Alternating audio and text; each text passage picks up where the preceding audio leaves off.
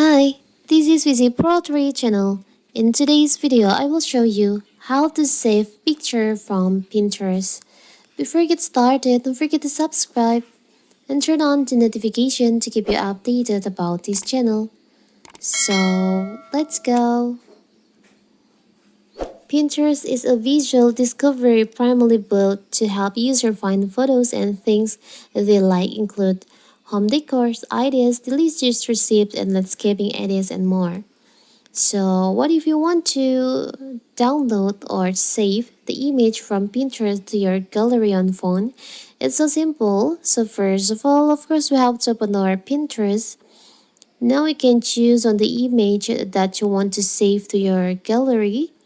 For the example, I will choose this one.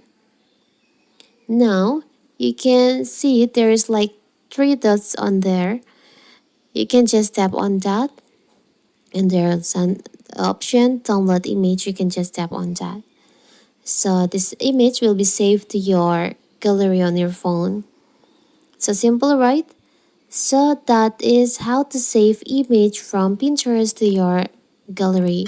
Don't forget to like and subscribe and turn on the notification to keep you updated about this channel. Thank you and see you.